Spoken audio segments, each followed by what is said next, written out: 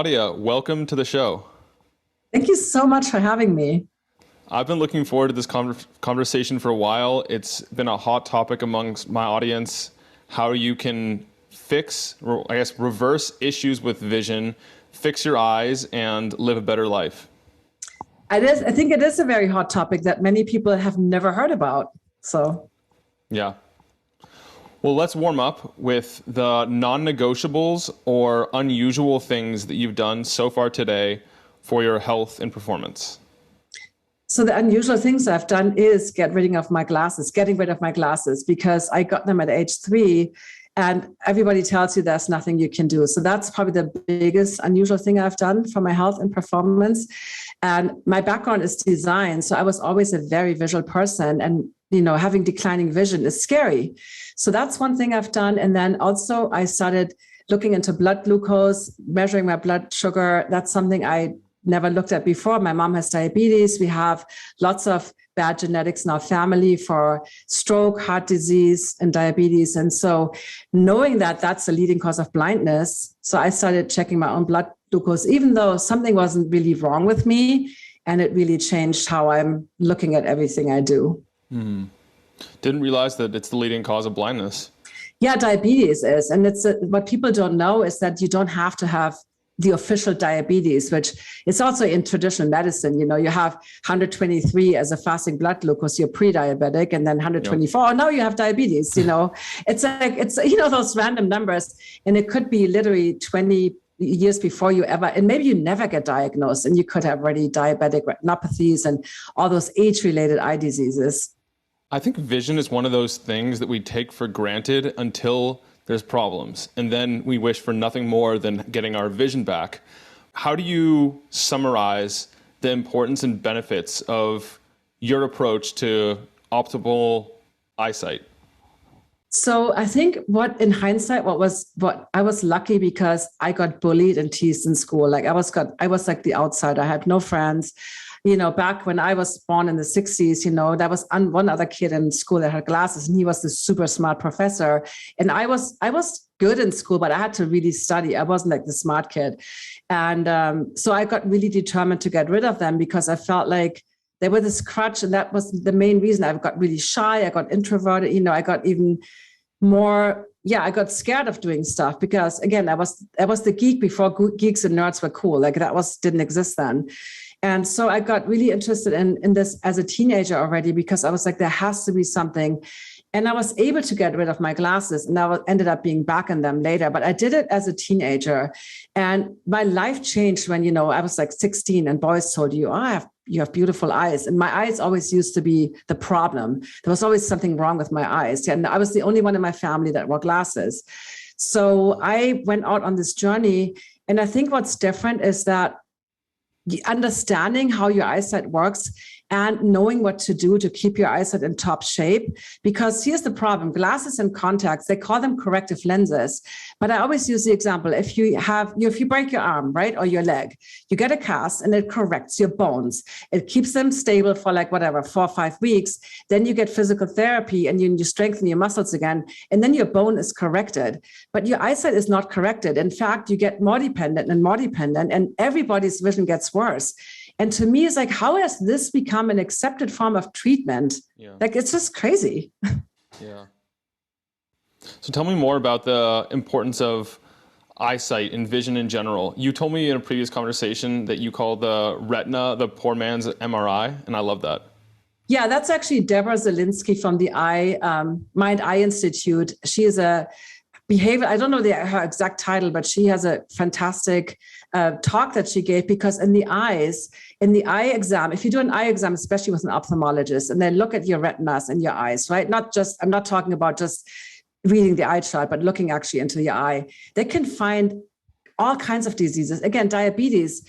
Often heard people say, my eye doctor told me I have diabetes, but then the other doctor is like, no, you don't, you're fine, your labs are fine. Lyme disease, all kinds of diseases can be found in the eyes. It's the only way to look into our body without surgery. And it's also the retinas are part of the brain, so we can look into the brain without cutting open the head, right? So that's why you can see so much what's going on in your body and your health in the retina, so in the eyes, and also in the lens, but the retina mostly because of the blood vessels and the optic nerve. And you can see so much in an eye exam. I'm sure that takes a lot of training to get those skills. Yeah, and I'm not an ophthalmologist. I want to make that clear. I'm a natural vision improvement teacher. So I'm not the kind of but I tell people it's important to go see an eye doctor, especially if you have a history of glaucoma or certain eye diseases, or if you're over 50. But what I always say, get your eyes checked, that they are normal, that there's no pathologies, there's nothing wrong, but not so much for the prescription or the glasses, but really making sure that your eyes are in good shape. And then how are the eyes connected to balance and posture? So eyes, ears, right, and where our body is in space, that's a vestibular system, right? We know, like if you've ever done any balancing and you close your eyes, let's say tree pose in yoga or something, and you close your eyes, you will most likely, fall or trip or something. And so the eyes tell us, like, where are we on the horizon, right? We know if we are like standing straight or if we're sideways or if we're in a handstand. So our vision is very much tied to our proprioception, knowing where the body's in space.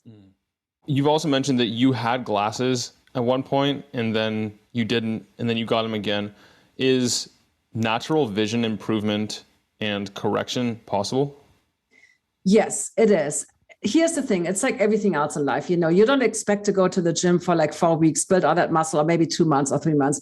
And I'm like, okay, now I can chill. I just sit on the couch and eat potato chips and I'm going to stay strong. Right. So, and I'm not saying that it's not about eye exercises, but it's about good habits that you instill. It's about mindfulness. It's about relaxation, keeping your eyes in good shape, good nutrition, like all these factors. So it's what I didn't do back then, or what I didn't realize. I got rid of my glasses. I was in my 20s, went to art school, and I didn't realize. And I got married, moved to America from Germany, and my marriage fell apart. I was super stressed, ended up being a single mom. And I was sleep deprived. I was working crazy hours. And that's when my vision deteriorated again. And initially I thought, and everybody's like, oh, and I think that was just shortly before my 40th birthday. And then they're like, oh, now you're at that age, and I was farsighted. So now you need readers anyway. And after a few years of wearing the glasses again, and I really realized how quickly my vision deteriorated. And again, being a designer at that point, I was still a designer. I was like, there has to be something. And I think one night that epiphany was whenever I took my glasses off, my vision was way worse and blurrier than it was before I put them on, right? So I put them on, my vision wasn't clear. And then, you get that crystal clarity. And then you wear them for a couple hours and you take them off. And after that, I couldn't see. I felt blind. Everything was blurry. And I thought, this doesn't feel good. This doesn't feel right. And that's when I dug deeper again into I got that old book out that I bought as a teenager and I still had that. And I was lucky that my yoga teacher at the time, I had started doing yoga, and my yoga teacher was she just finished a teacher training in natural vision improvement. She's also a cranial psychotherapist. So she's like, I'm looking for students, to work with as, to work, to get experience. I'm like, here, sign me up. And that's how I really got really seriously into that work, and then did the teacher training as myself eventually. I see. And if glasses are not corrective, why are they the go-to method, the go-to option for people with declining vision? I think there's several reasons. First of all, people don't know there's an alternative, right? We are just trained to believe that that's the only option. So you go to your eye doctor, and then it's also $1 billion industry, right? I mean, it's a huge industry. When you look at the history of this, it was initially jewelers who created these magnifying glasses for monks, reading, studying all day long. And then that eventually it split into medical doctors said, well, hold on, we are the medical doctors. We know more than you opticians, there's just no lenses and refractive powers. And then they split into ophthalmology and optometry. But really think about it, like an optometrist makes them money. And I'm definitely have lots of friends that are optometrists. So I'm not trying to say that they're all bad people, but they make money with selling you glasses and contacts. And so we just assume that, right? We assume that that's the only option out there. And that said, it's also the quick fix. A lot of times, people pop pills for diabetes or high blood pressure. It's, versus changing their diet. It's human nature, I guess. We want the quick thing that doesn't require us to make any lifestyle changes. And we always pay a big price when we do that. I like that reframe of seeing glasses and contacts as the pills, the drugs for the eyes. Can we talk more now about the business of the visual system and the marketing behind it and some of the myths that have gone along with that? Yeah. So again, we are all raised to believe that's the only option, right? You have vision problems, you go see the eye doctor. And there is a branch of optometry called behavioral or developmental optometry, and sometimes it's called neurooptometry.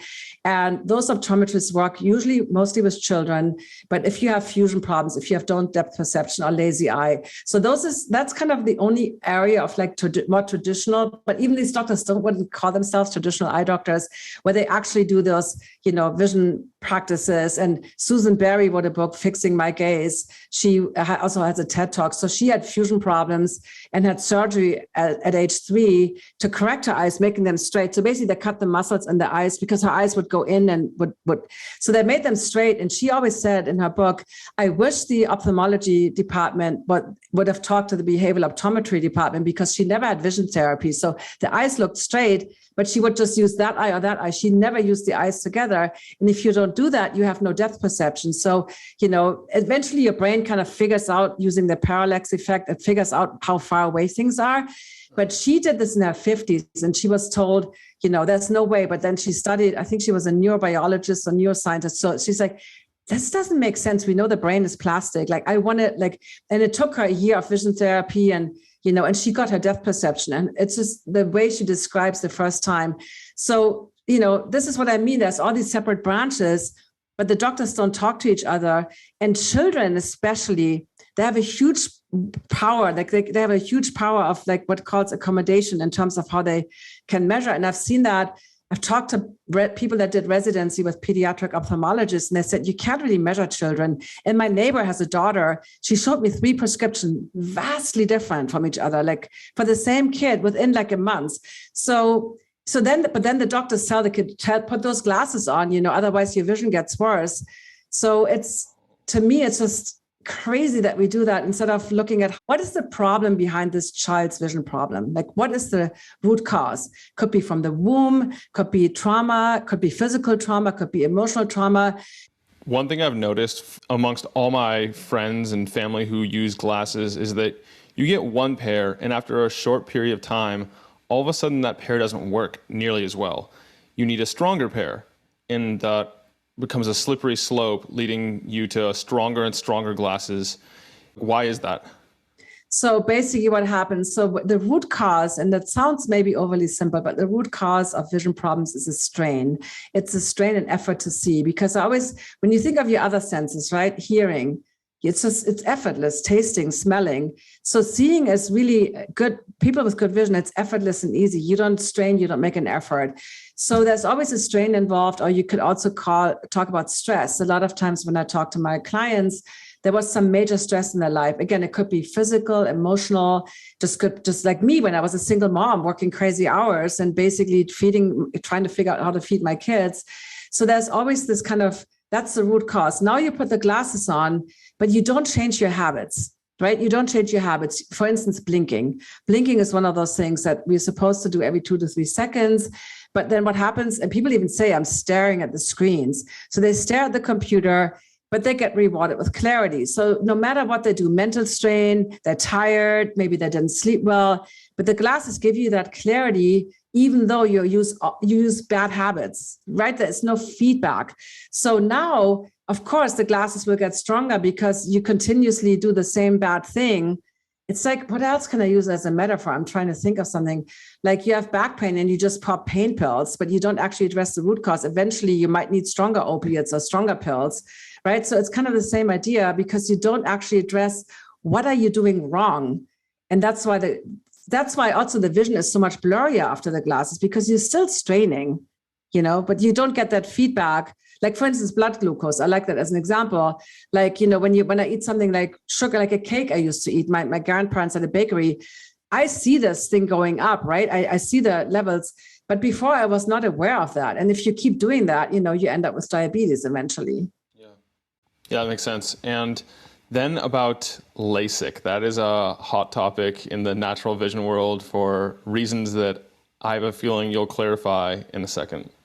Well, again, it comes back to the quick fix, right? I mean, and it's in most people that get LASIK, I don't have the statistics, but most people that get LASIK are nearsighted, meaning they don't see the distance clearly. They might be able to read their phone or a book clearly and maybe even be on the computer. But when it comes to things like driving or going out or seeing people across the room or across the street, that's where they need glasses or contacts. And so it interferes with your life on a higher level that, say, somebody who's 40 and starts with reading glasses, which is another rabbit hole we should talk about because they're really dangerous. However, but that's like, you pull out the e-readers once in a while to read a book. It's not the same impact as you literally can't function without your glasses. So LASIK is a cut into your cornea, basically. There's different levels of LASIK now.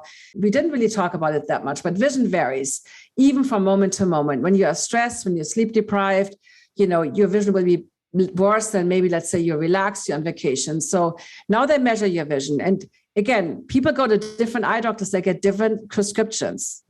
Now they measure your vision. Maybe you had a bad day and that's how what they cut into your cornea.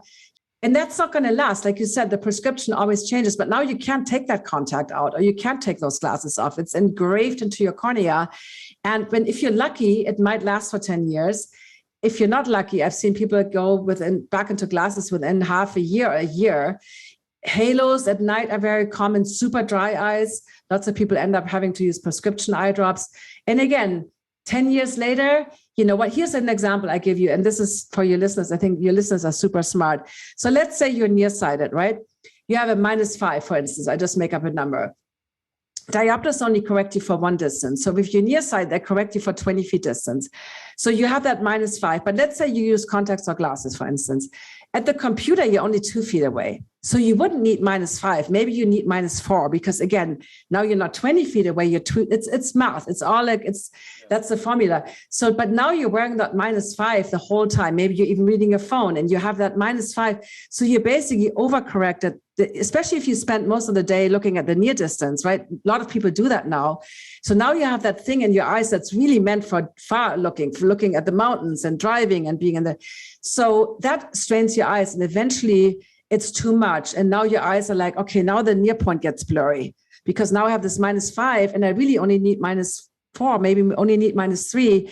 And that's when people end up putting the readers, the +2s on top of their LASIK because they only need -3 and it's math. It's -5 +2 makes it -3. So because diopters, there is no diopter, no correction, no glasses that correct you for all these distances except bifocals or progressives, which that's another bad thing. That's, the ones that have gradated diopters that make the assumption you look straight, you look far away, you look down, you're reading, but now you're hiking or you're going down a flight of stairs. And that's not reading distance, depending on how tall you are.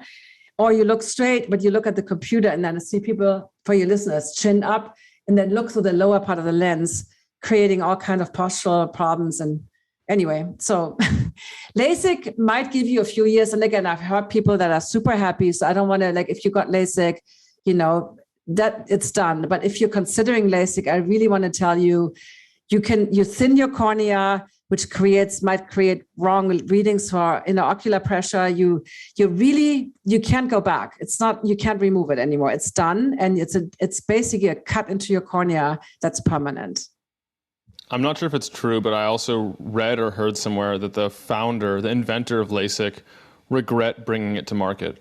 Yes, I forgot his name. I should know this, but he has a website called LASIKcomplications.com.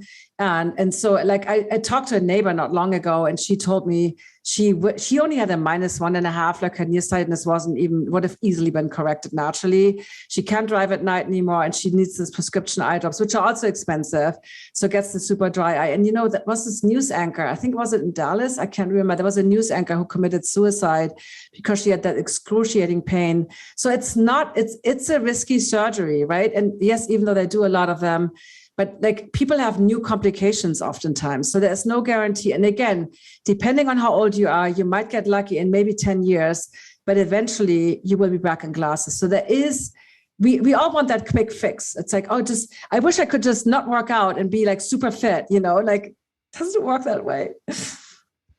Would a fair summary be that artificial vision correction via bifocals or glasses or LASIK they're all set for a certain focus point that's usually about 20 feet away, versus vision naturally adjusts to bring whatever desired object into focus? Yeah. So basically, So basic eye anatomy, the lens, right? The light gets broken by the cornea. So the light rays that come into your eye, the cornea is obviously the clear outer part of your eye, but that you can technically touch, but I wouldn't recommend that. And that breaks that refracts part of the light. And then the lens refracts the rest, and then it projects the image on the fovea, which is the center of in the retina. And that image is actually upside down. And then the brain, we see it the right way up again.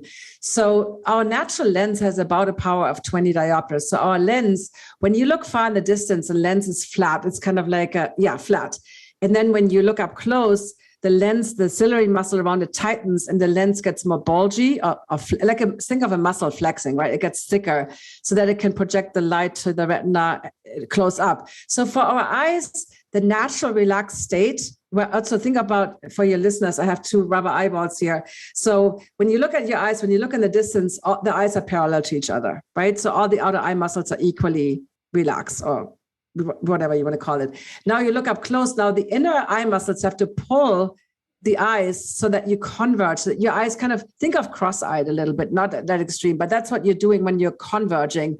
When you're looking at the close-up point, your lens flexes. So there is a muscular action in your eyes when you look up close. And of course we can do that, right? But our eyes were never designed to be stuck in this close-up vision because it's a muscular tension for all day long. And so, yes, our eyes have this natural accommodative power, and diopters, I'm not saying that the glass, but diopters, depending, if you have reading glasses, the diopters are measured for reading distance. If you're nearsighted, and you get those single distance glasses, they're correcting you for 20 feet. But fake, like glasses diopters, are only designed to correct you for one distance, versus the natural lens has that power. And like I said, children have even more diopter power in terms of what they can pull into focus.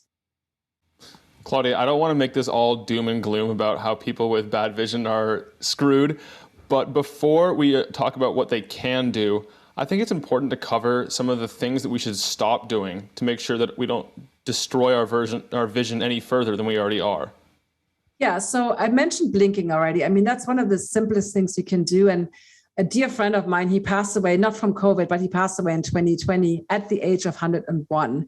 And both his parents had glasses. He never wore glasses. And I actually did a podcast episode with him, like back in he was 97 years old at the time. Wow. And he blinked every minute, like every second. He blinked so much. And I asked him, like, what does your eye doctor say? But he had a driver's license to 101. I mean, amazing. And the eye doctor said, oh, you blink too much. I'm like, I don't believe this is crazy. So, I mean, but blinking lubricates the eyes. It only takes 10 seconds for your tear film to get thin. So the more you blink, the lubricating your eyes. And it also prevents you from the other bad habit that people do, is staring. So staring, you're kind of zoning out, or you just, you really have a hard stare. You're not having your eyes relaxed. So when you blink, you automatically have that little reset. It's almost like a little, when people stare and you do that and you're like, oh, blinking is a simple thing. Another thing I recommend is definitely, think about how we humans develop, right? Let's say you were with your tribe, right? You were like, you were with your tribe somewhere and you were doing weaving some baskets or whatever. You did some near work, right? But now once in a while, you would look up and make sure that everybody's still there. There's no tiger lurming, you wouldn't just be like, tunnel vision into your task. So our eyes are meant to move all day long. So that's a thing you can do also, move your attention around, always move your head with your eyes together. So you don't always want to move the eyes habitually in one direction without moving the head. I could go on and on, but those are some easy things to get started. That's good to know. So it sounds like, since I'm staring at my laptop workstation right now, it would be smart to have a window in the background or something like that, so I could look off and move my head at the same time when I'm thinking. That's what I'm doing. There's a window right behind me. I just have to look up beyond you and I see in my backyard. Yes. And so 20 minutes is too infrequent, but how do you get work done and also look up and take your eyes off the screen so frequently? Okay, so this is where I'm talking about habits, right? Initially, I didn't blink much, and I had to I had put stickers on my computer, or when I was in the car. And now, when I did an Instagram reel, and I was trying to stare, and it hurt my eyes so much. So, like initially, you might have to put stickers that remind you, and and yes, I do focus work. But even here's the thing: people with poor vision, they try to like see this whole, like I try to, like, let's say I look at you right now, right? But I look at your right eye and I notice that if I want to see your left eye, I move my attention to your left eye. So you're moving your attention around because we can only see a very small spot perfectly clear in our fovea. When you've seen these eye diagrams of the light bundle, they always fall in this one spot. Yes, the whole retina is photosensitive, right?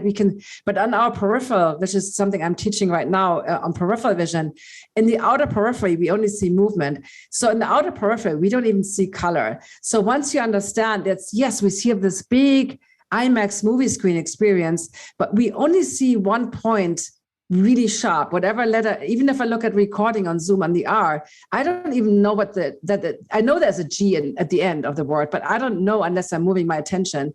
So it's really about understanding the principles, and then you use those habits. And initially, again, you might have to, remind yourself, whatever, and then it just becomes automatic eventually because it feels good. So that's a no to video games that require you to stare intently in the screen all day. Honestly, back in my days when I worked in advertising, there was video gaming, and I observed I was already interested in vision improvement. So I was observing them, and one of them didn't blink for a minute and a half. And I said, "You did?" He's like, "Yeah, but I might miss that, that split second where that shooter comes into the game." Like, you're going to kill your vision. You know that, right? I mean, and now, when people try to consciously not blink, it's so hard not to blink. So I think it's one of those natural habits. Another one that's really big is sunlight. So we do need sunlight, and we've been told that sunlight is all bad for the eyes and that, you get all these diseases.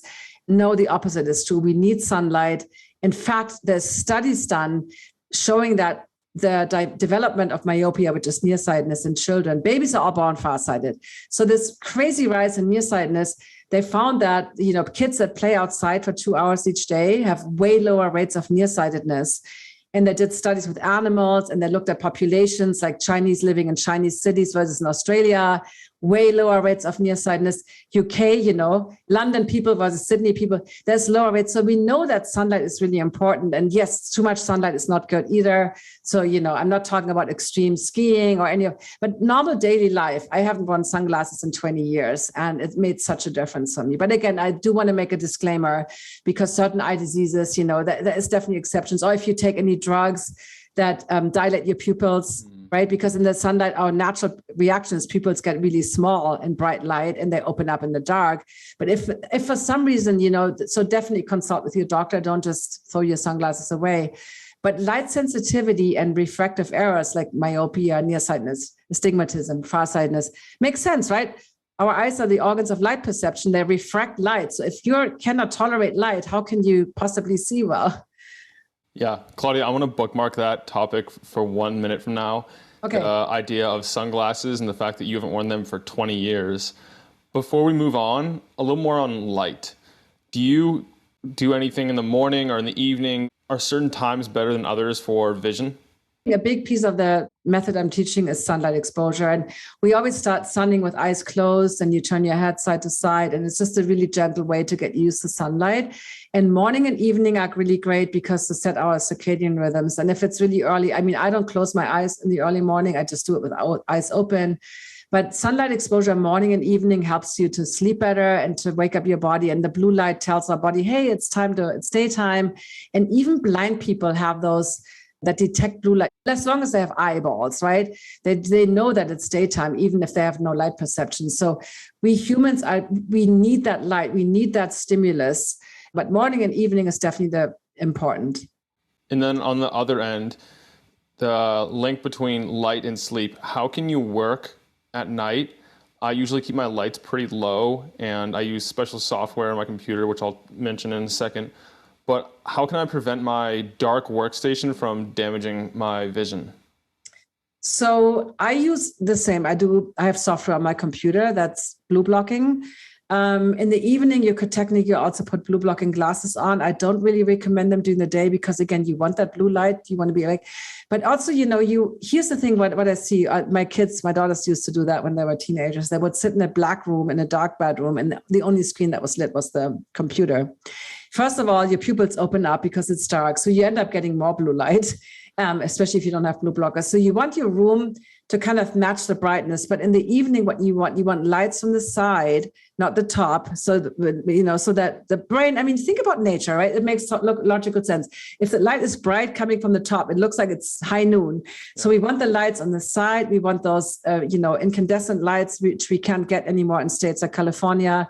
But you can use, you can even use lampshades, or you can get those LEDs that are warmer. You definitely want that warmer light. Well, here's the problem with computers. We already have that tunnel vision. So you want to open the periphery by adding some light there, so that I have some lights that are bouncing off the walls, so that you don't have that tunnel vision. Yeah. So that's something I would do in the evening, but no blue light. So it's smart to have a little bit of light, at least in the background, just so I'm not in a completely dark room, only illuminated with my phone or my computer. That's really bad. First of all, it's a tunnel vision that puts overly high strain on your central vision. And again, the pupils open up even more. So if you try to prevent blue light, even if you have blue blocking screen on your software, if you've ever gotten a dilation during an eye exam, you know that you can't focus as well. So our pupils focus best when there's some light, right? We can see in dim light, of course, in candlelight, but it's best if you're not sitting in a dark room, and especially for the peripheral vision awareness. Yeah. And speaking of computers, the software I use is called Iris Tech, and they also block the screen flicker. And even in some of the low quality LED lighting out there now, those flicker at rates that we can't perceive, or doesn't perceive, but our nervous system does. And both of these add extra biological stress. I love Iris Tech, and I love that they talk about the flicker and not just the blue light. So I think it's a fantastic software. And that was developed by a computer programmer who noticed this vision declining. So I think it's a fantastic software. I don't know. There's a whole topic of EMFs as well, right? How does wireless affect our system? And I think there's still a lot of research done. I had an expert speak on my podcast about that recently. It's always that balance of we have a modern life. How can we can't just throw everything away and move to the forest and be off the grid, but how can we take care of our health? And so that's something I'm still researching a little bit myself, but I wouldn't give you a really professional answer because I don't know about the flicker rate so much. Okay. I know it exists, but I don't know how it affects our eyes. Yeah. Now for the topic that is sunglasses. I've been told that they're the most important thing I can wear, more important than shoes. If I don't wear them, I'm going to destroy my eyes. I'm going to get something called penguinkin. I'm not sure what that is, but I've been told that multiple times. And I am not a fan of sunglasses, but I'm curious why you haven't worn them in 20 years. What were you supposed to get? What is it? A condition called penguinkin. I'm not sure if it's real or made up, but I've never heard of that. It doesn't mean that it doesn't exist, but I've never heard of that. So here's the thing. We have pupils, right? Pupils built into our eyes.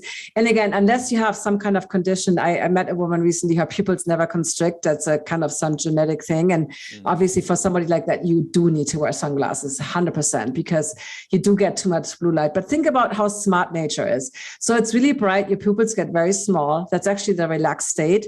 And when it gets dark, they open up, right? The iris open up and you have those, the big pupils.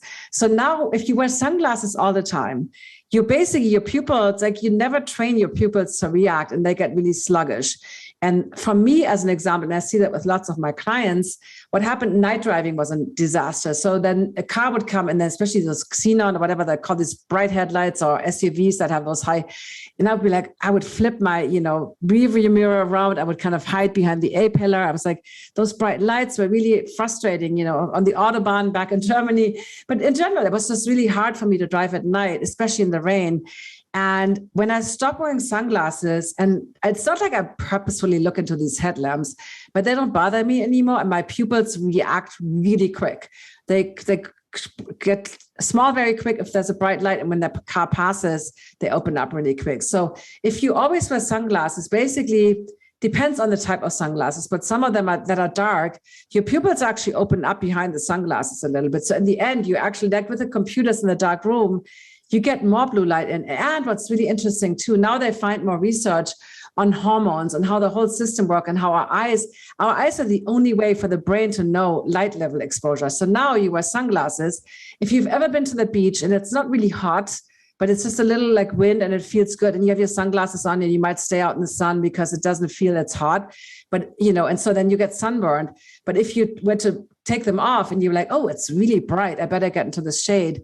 And the brain determines how much melanin to secrete, the tanning, right? Based on the brightness. But now you have these dark sunglasses on, the brain's like, oh, it's not that bright, I don't need to secrete all this melanin. So you get sunburned. So there's more research now in dermatology. And to me, it all makes logical sense. I mean, right? I mean, our bodies are so amazing, right? Why are we trying to screw with this? Yeah. Yeah. And I think in addition to getting more blue light, you would probably also get more UV.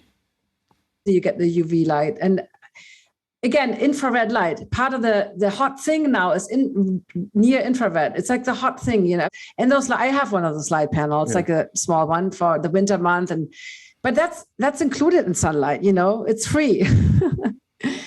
And infrared light, I don't know if you would ask me that, but it has been shown in studies to rejuvenate the mitochondria in the eyes. And mitochondria are the little batteries. I always think of the little energy cells. So the retinal cells use more energy than any other cell in the body. And so we found in studies now, and older, like I think you don't qualify, I don't know how old you are, but I think they said like over 40, like the mitochondria lose kind of some of their juice, some of their power, like an old car battery. Mm-hmm. And the infrared light exposure is now showing in mice and men. They did studies at the University of London and found that actually helps rejuvenate the mitochondria. So again, it's included in sunlight. You don't have to buy a fancy infrared lamp. Yeah, I just wrote and released an article on, I think it's like 35 different ways you can optimize your mitochondria, because mitochondria-centric medicine is one of the modalities that I think will be employed a lot more in future years. But I want to push back on what you said. Am I going to be deciding between either skin cancer or having functioning eyes? Will my eyes work better, longer if I wear sunglasses? No, they don't. But again, I'm making sure I'm not talking about extreme conditions. So if you're out in the ocean all day long, if you're skiing and bright sunlight and it's all white, this is definitely, please use sunglasses, right? I mean, there is a thing called snow blindness. So you think about logic, right? Like, also like I did have skin cancer, and that wasn't related to my eyes, but that was on my nose. I got a basal cell, right? And my dermatologist like, you're Northern European. What are you doing in Southern California? So I mean, we do have, right? We have different levels of how much what our skin can tolerate, and that's why safe sunscreens are important. We do want to, and I also say wear a hat, wear a cap. You definitely want to balance that out. I mean, overly strong sunlight or too much, gets you more wrinkly. But I think there's a fine line. With everything in life, right? There's a golden line, a golden middle of not too much, not too little, that we should follow along. Yeah. Yeah. So the idea here is just to listen to your eyes. And if it's screaming for sunglasses, and it's not just because you wear sunglasses all day, every day, if you wean yourself off of them and it still is painful, then that could be a good situation where you should be putting them back on. Yeah, you want to slowly. I was so light sensitive. I wore them on overcast days in Los Angeles. I always wore my I didn't leave the house without sunglasses. But then I also realized, my eyes again were so light sensitive. And if the eyes are it's like, imagine your ears are sound sensitive. They're like, I can't do that, or your tongue is like, I can't taste like this, all these flavors. That's overwhelming. So, you do need to reduce that. But there's different levels also. And, where you're born, again, if you're Northern European compared to you're born in Africa or something, I mean, there's different levels of what we can tolerate for sure. So yeah, listen to yourself and don't just throw them away and then everything burns and hurts. That's not the right solution, because then you're straining and when you're straining, you're not helping your vision. Yeah. Claudia, what role do your genetics play in this? Because it seems that these days, bad genes or good genes are the scapegoat for just about everything. So, I mean, there can definitely be genetic, especially with congenital eye diseases. Babies are born with cataracts, or, macular degeneration can be born and can be, inherited. So I look at statistics. So when you look at the rates of myopia, nearsightedness, in America, it was about 25% in the 70s. And now we're at about 42, 43%. In Southeast Asia, like Singapore, it was also about the 25%. And now it's 93% of children are nearsighted. If that were genetics, never work that fast. So the lifestyle has a huge impact. Does it mean that there is zero genetics? No, there could genetics. But when you look at kids, they actually looked at kids back in the day when Dr. Bates, the founder of this, the ophthalmologist who discovered that vision can be improved, when he looked at kids that had a school teacher with glasses on, compared to the ones that didn't, more kids ended up with glasses. As kids, we copy a lot. We copy behaviors, what our parents do. Maybe we get rewarded for being introverted and a bookworm, and then we spend all this time inside because we're socially shy. A lot of times kids that study a lot get more rewarded than the kids that are the tomboys, especially nowadays, right? Back in the day, we were like, come back home when the streetlights come on. I mean, we did so much stuff. My parents, they would freak out what they heard, all the crazy stuff we did. But kids don't do that anymore. They don't play anymore. Everything is on a two-dimensional screen. They don't get light exposure. They don't even know how to climb a tree. I mean, so, there's so many aspects to this. But yeah, does it mean there's zero genetics? No, but I think, like you said, the majority of cases with vision problems is not genetic. Okay. Now that we've set the stage, let's go on to your system. When you see someone for the first time and you intake them, what's your general approach? What are your methods to improving vision and eye health? So I look at their vision history. I look at their health history. I look at also, what are their sleep patterns? What is their diet? How much water do they drink? How do they use their eyes all day long? And so we really look at habits and lifestyle. And we look at when did they get the first glasses? What was going on at that time? And most of the time it was like extreme stress, or if it was childhood being bullied or parents divorced, somebody died. A lot of times there was some kind of traumatic event. So we look at all these factors, and then we determine what's the best approach. And usually it sounds overly simple, but it really is. It comes to relaxation, because good vision, relaxation, not of the eyes, just the eyes, the mind and the body. Mm-hmm. So a lot of times I work with people on body work. There's a lot of tension in their body. Any neck tension is related directly to vision. So we have direct pathways. So if you have a tight neck, or we didn't talk much about bifocals or progressive lenses, but people have, these kind of weird head postures, which is also related to astigmatism. So I look at their prescription also. I'm like, oh, you have an astigmatism. Oh, your left eye has a lot more astigmatism. Are you a right-handed person? They're like, yeah.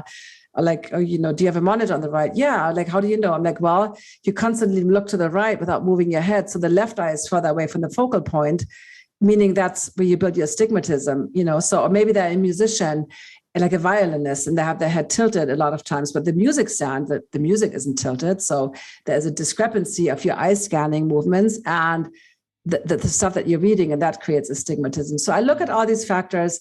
I look at sunglasses, and the first thing that's really important, if they wear glasses, if they need them, to get into weaker glasses. And that's why we break apart prescription. If somebody comes in person, I don't really do much in person anymore, but we would measure. Otherwise, I teach them how you can measure. You can just get an eye chart. You can measure your vision, right? So you break the prescriptions apart. If they have progressives, for instance, okay, there's a distance pair, there's a near vision pair. For driving, absolutely crucial. You need 20/40 vision or better at the minimum, right? That's the absolute minimum. So safety first, but you can take astigmatism out and without reducing the glasses. So you can slowly reduce glasses. And again, they might have a pair for driving. They might have a different pair for a computer, for instance, right? So maybe somebody comes to me, they only have reading glasses and they don't even have any needs. So then we get into weaker readers. I see people with prescriptions that are it's a +1.5, which is a reader. And then there's a quad diopter of astigmatism. And everything under 1 diopter of astigmatism, that's what you see in the cylinder in your prescription. So astigmatism is a cylinder, a strength of a diopter, and the axis. So you don't even notice that in your vision. And you just bought a $600, $700 pair of glasses that you can get at a dollar store for $1, right? So because it's so we do those things. I educate people on prescriptions, and I say everything that you can do safely and relax without glasses, do without glasses. And a lot of times just doing that already helps improve your vision. And then notice your strains, what I call strains and gains. Very few people are like, no, my vision is always the same. And those are usually the people that have high prescriptions and they wear them all day. So I say, okay, what makes your vision worse? Yeah, time of the day. Okay, sleep. What else? Computers. I'm like, okay, what else? And then they get more interested. Like, oh, I realize when I do my financials or whatever, when I that makes my vision worse. Most people would say when they're in nature, their vision is better. But one person told me, when I go out in the garden, my vision gets immediately blurry. I'm like, why? Oh, I see all the weeds. I see all the stuff I have to do. It's overwhelming.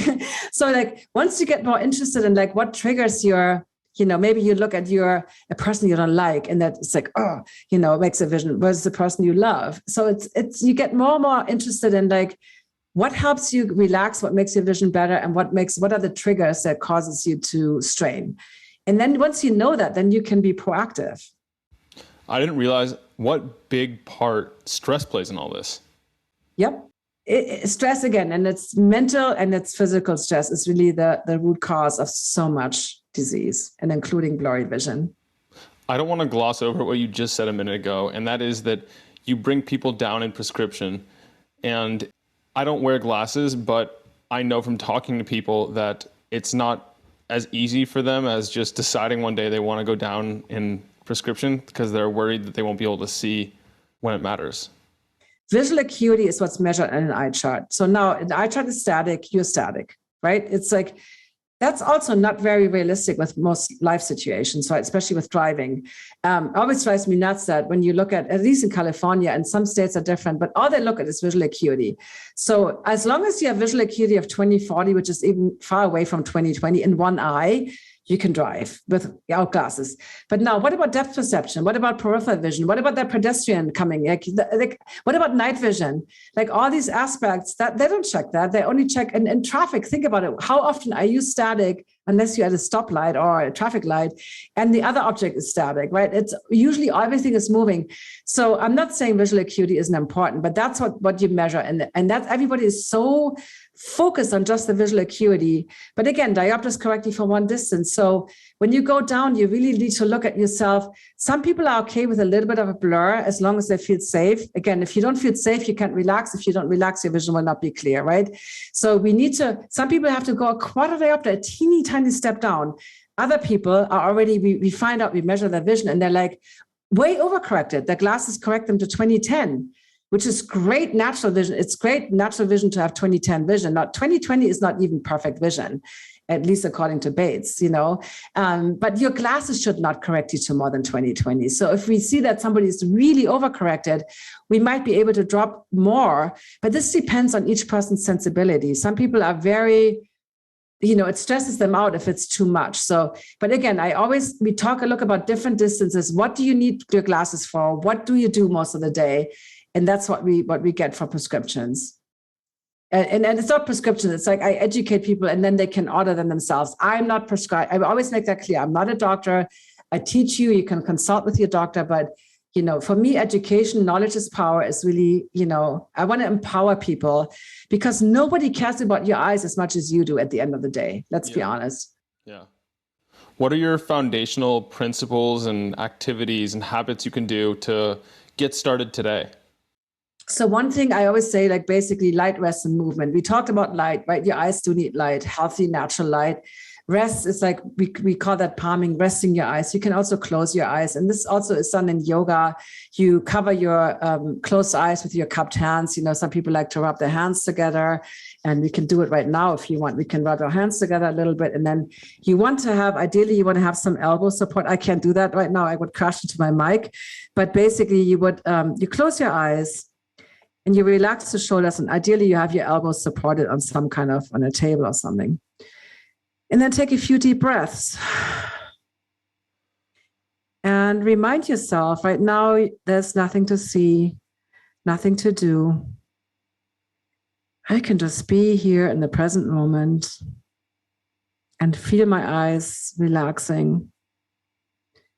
Feel my neck relaxing, my shoulders. And you can sigh it out and maybe bring up a happy memory, something imaginary or something real, something where you're like, oh yeah, maybe a place, maybe a person, Just bringing that up in your mind feels like a little mini spa trip. So nice. And then when you want to come out of it, and we did this super short right now, you take your hands slowly away, you keep your eyes closed, and then you will see even that brief moment, like how much more light comes in, right, with eyes closed.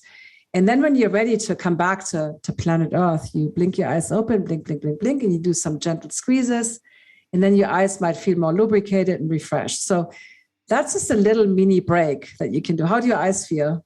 They feel great. They feel refreshed and moist and ready to go. And that was like, I don't even know, 30 seconds or something. So, but it's not like I had a client who was, I love her, but she would always listen to CNN in 2016 during the presidential debates. I'm like, that might not be the most relaxing thing to listen to. I always tell people, it's like meditation. Observe your breath, bring up a happy memory, maybe play some calming music. But I also coined pee and palm, right? Every time you go to the bathroom, you can just cover your eyes, obviously clean hands.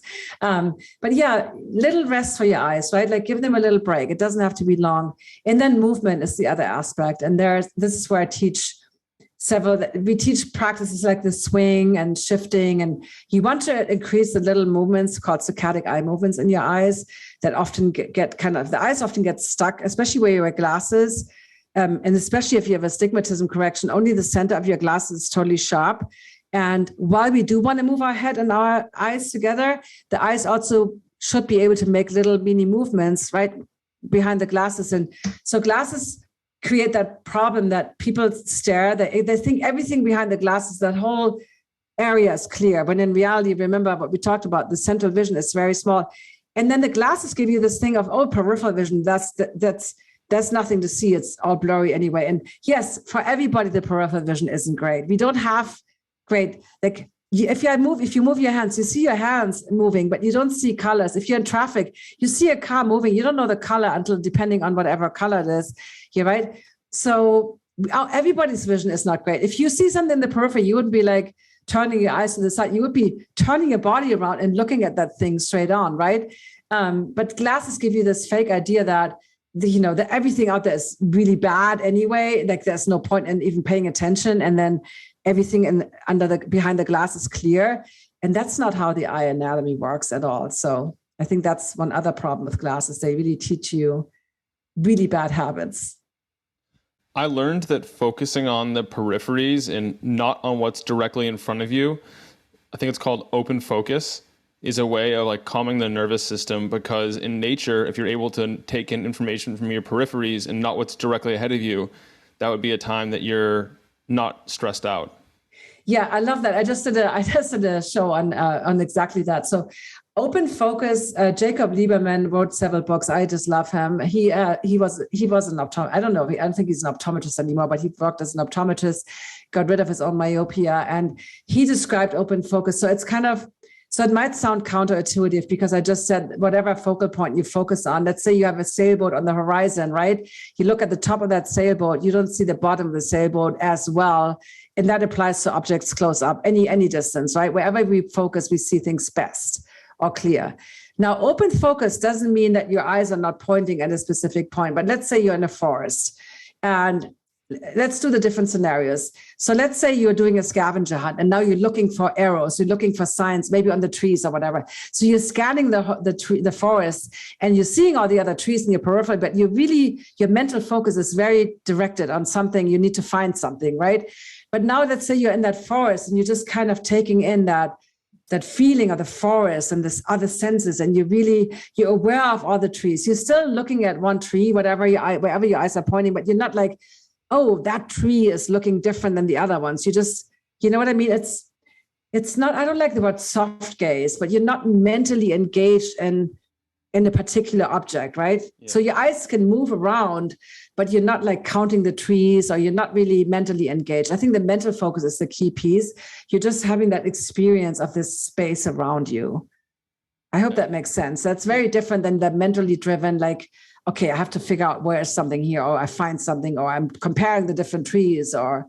I like what you said, and I think the easy way that I understand it is that I sacrifice some detail of whatever is directly in front of me so that I can absorb more information, take in more information from what's around me. I'm still looking straight ahead, but I still am getting more of what's going on. Yeah, exactly. So peripheral vision here's an interesting fact. So peripheral vision, like I talked about, we can only feel relaxed when we feel safe. Mm-hmm. So let's say you're in the forest, but you're worrying that somebody, like you heard the fairy tales as a kid from me, forest could always be dangerous. You're not going to have great peripheral awareness because now you're in that fight or flight mode. But let's say you feel safe, you feel relaxed. You have to feel that way in order for peripheral vision. You have to be in the parasympathetic nervous system state. Now, when we do mentally focus on something, there's a little bit of sympathetic nervous system state. There's a little bit of that arousal, that mental focus. But it's not the point where you are stressed out to the point where like, okay, now I'm being chased and I'm really stressed out. But there is a little bit of a sympathetic arousal, especially when you converge, when you look up closer. Let's say you get closer to a tree and maybe you're looking at the bark, whatever. So there is a little bit of that, but it's still in a relaxed, there's these different layers. There's still a relaxation. So to me, good vision means not open, but open focus is a specific practice. I love that. But I was saying normal vision, when you function in the day, you have that central focus, you have that mental focus, but you're also aware of the space around you. So on a computer, maybe you have a second monitor, you play a little GIF on there or a little video, or maybe you have something moving in your periphery. Maybe I always jokingly say cats are probably pretty bad because they sit in their little cat tower and sleep all day. But maybe you have something else, goldfish tank or something, or I don't know, something. So periphery is stimulated by movement, and it's not distracting to the point. You don't want something that's so distracting, like a video game. You're always like want to look over there, but something that's gently kind of keeping your, attention, like the openness of that awareness. What about other physiological actions, such as breathing? I'd imagine that influences your vision in some way, maybe yawning. Yes. So basically, like we talked a little bit about the parasympathetic nervous system, right? And there's 3 ways you can use breath to induce that relaxed state. One way is to breathe more into the diaphragmatic breathing, that breathing more into the lower ribcage and the abdominals versus that high, like startling, like chest breathing, that tense breath. So that's one way. Another way is to elongate the exhale. So when the body makes longer exhales, because when you're in fight or flight mode, you're going to be inhaling more. It's arousal, and more longer exhales is more like my teacher Jill Miller called it drowsy, like drowsy. You get more relaxed. And then the other one is where you have it's called kumbhaka in yoga, where you make little pauses between the inhales and the exhales. So you can have a little breath hold. Sometimes in meditation or specific yoga breath practices, we do that. You count to 4 on the inhale, you hold for 2, and maybe you count to 6 on the exhale, and then 2 between the next. And so those are 3 ways you can create that relaxation response in the body with breath. I have in my notes to ask you about the link between vision and life clarity in direction. Why are you here on this earth? What is your purpose? I see a connection to that, to eyesight. So I initially noticed that with a lot of my friends as they got into their 50s and 60s, that the people that had a mission and a passion and had a really got excited about every day they got up, didn't really get the presbyopia, the old age sight, the readers, as much as those were hated their job and they're just like, okay, 9 more years to retirement. So I feel there's a big difference in what you get excited about in life and your vision. So I could like to connect that, because what do you want to see in your life? How do you want the world to see you? Are you even ready to be seen? If you have somebody with a big mission, are you ready? The confidence. There's so many layers emotionally too to vision that we haven't even gotten into, but how do you see yourself in life, and how do you want everybody else to see you? Because you might, here's the thing, vision happens inside. We have that projected image from outside, but do you even want to see? I have people tell me, what, it's all overwhelming. If everything is clear, that's really overwhelming. I can't even handle that. So, yeah, it's such a great topic. Yeah. And I wonder if the body would compensate to worsen your vision if you're overwhelmed by too much, that way it doesn't have to handle as much information.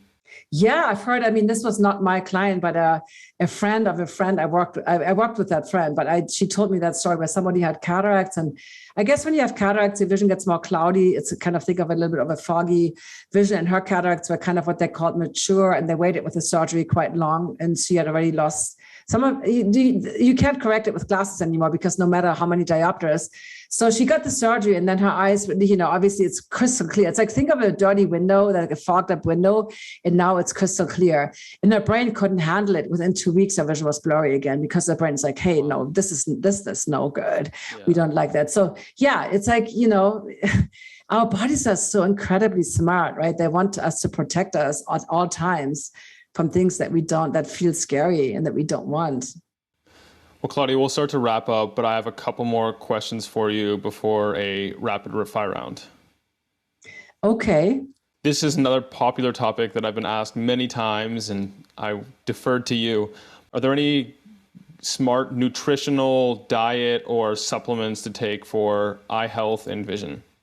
Okay, so yes, basically what you need for macular health is lutein, zeaxanthin, astaxanthin. The latter comes from microalgae. Lutein, zeaxanthin is really high in marigolds, those flowers. So when you buy those supplements, that's usually what it's made from. You can also get that in kale, the dark leafy greens.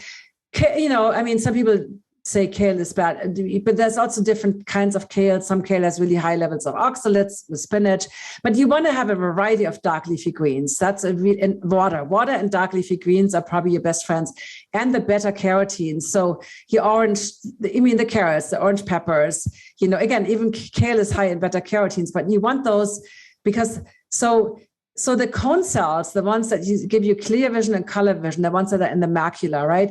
They need the lutein and zeaxanthin. Those are the high, and the astaxanthin. And then the rod cells, the ones that give us peripheral vision and night vision, they don't have any color perception. Those need, they're covered in rhodopsin. And when you think, so beta carotene is a precursor to vitamin A. Vitamin A is only in animal products. And then vitamin A gets transformed into rhodopsin, so that's why night blindness, you need vitamin A or you need the beta carotene. So I think I'm plant-based, but if you eat meat, that's fine. But meat should not be the foundation of your diet. It should be the rainbow colors, like fruit, vegetables, all that stuff, healthy fats, omega-3 fatty acids, really important for our cornea, for the lubrication. Our tears are not water. There's fat in them. So the omega-3s are very important. So yeah, you can take supplements, and I supplement with certain things. Vitamin D, you might need to supplement. It's really good to get that checked, to get labs to actually know where you're at instead of just throwing stuff at you. And then there's one supplement that I find helpful is carbon-60. It's a very powerful antioxidant. It's a molecule. So I've been taking it. It helps me. It's an anti-inflammatory, basically. So it helps overall health. And I do recommend that for some of my clients. So that can also be beneficial. Yeah, but the magnitude of effect of benefit from supplements is not going to be as high as lowering stress and doing some of the other lifestyle things we've covered. Is that correct? Yeah. Here's the thing. Supplements are called supplements for a reason. They're not called, ersatz or whatever. Because they basically, if you eat a crappy diet and you're not going to achieve the results. You need a good diet, and then supplementing where you have deficiencies. For instance, I found out I have genetic SNPs for vitamin A and vitamin D. I don't metabolize it properly. So I do supplement. My levels were really low, despite being in California, despite being outside a lot. I had low vitamin D levels. So this is where testing things are really important. And a good diet is the foundation. And yes, stress reduction. It's a multi-pronged approach. Again, this is where glasses are just the Band-Aid. You slap this thing on, but it might work for you. It gives you that clear vision, but it actually makes your vision worse long-term. Yeah. Okay. The other question around eye health is about Bates and the Bates method. Are you a fan of it? Yeah. So my technique or my method is based on the Bates method. And really, neuroscience hasn't really, nothing that Bates discovered. He was a researcher. He was a Columbia professor. He worked in a clinic in Harlem. He did animal experiments. He did all this stuff. And he figured out, like, some of the things are debatable. Like, for instance, he said that the outer eye muscles are involved in accommodation and focusing. And I believe that because the eye muscles are very strong and the eye is very soft, the eyeball, and the traditional belief is that just the lens is the only part that focuses your eyes. That's even older. That's a German physicist. That's an even older belief. So to me, what Bates was teaching is about that relaxation is the foundation. He talked about the brain. He talked about using your memory and your imagination. And we know, I mean, that's, again, we don't have that much time left. But when you look at blind people that still have perfect perception, visually perception, because they train their if they had vision in their life and then they became blind. So Bates was talking about the brain, like 90% of the Bates method is working with the brain, not with the eyeballs. And it's based on relaxation. And now when you look at all this science on stress release, and I mean, this is all piece of the Bates method. And when people say it's outdated, I'm like, okay, you think yoga is like 5,000 years old, so now we shouldn't do that anymore because it's out, or traditional Chinese medicine. Oh, it's too old. So that's what I'm usually saying. And we have additional research now. We know, and sunlight was a big part of the Bates method, huge, right? And now we're like, oh yeah, the sun is actually great.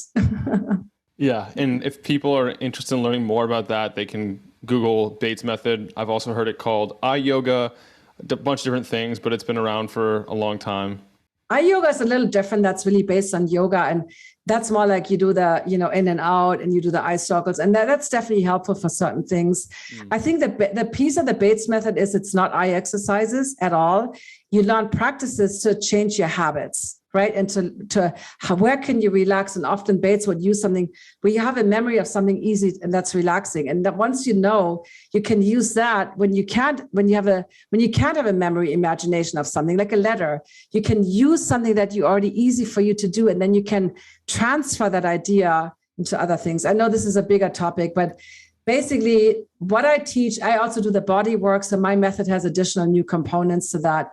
But Bates is really the foundation because he was the first eye doctor that realized this is really strange. Why do some of my patients improve their vision? Like I wasn't taught that in ophthalmology school. I was taught that it can only get worse. And he was the kind of person who didn't take things for granted. He was like, this makes no sense. Let me investigate, So anyway. Cool. Well, Claudia, if people want to work with you or find your work, how do they go about getting a hold of you? So I think you're going to put that all in the show notes. I'm on Instagram at Holistic Vision Coach. I have a free gift called 10 Habits to Healthy, Happy Eyes. That gives you a lot of tips, 10 strategies, and that includes the palming, the sunning, the posture, the astigmatism, how you go without glasses. So it has a lot of information. So you can download that. And you put the link underneath, right? I don't have to spell it out. I'm also on Facebook. I'm on YouTube. I have a YouTube channel. I have a weekly live, what I call a live podcast. So yeah, there's lots of places. Yep. And I'll put that all in the show notes. What 3 teachers have had the biggest impact on your life and work? This is the question. I'm like, oh, it's so challenging. So I would say, and I'm probably missing some really amazing people. So Jill Miller is the founder of Yoga Tune-Up and the Role Model Method. It's the little balls I'm using, the myofascial release. She's been a huge influence on me because I used to have such body tension and didn't really know. I always got massages, but didn't really teach myself. And that has really shifted everything. And then my 2 Bates method teacher trainers, Margaret Montgomery and Aileen Whiteford, who taught me the Bates method.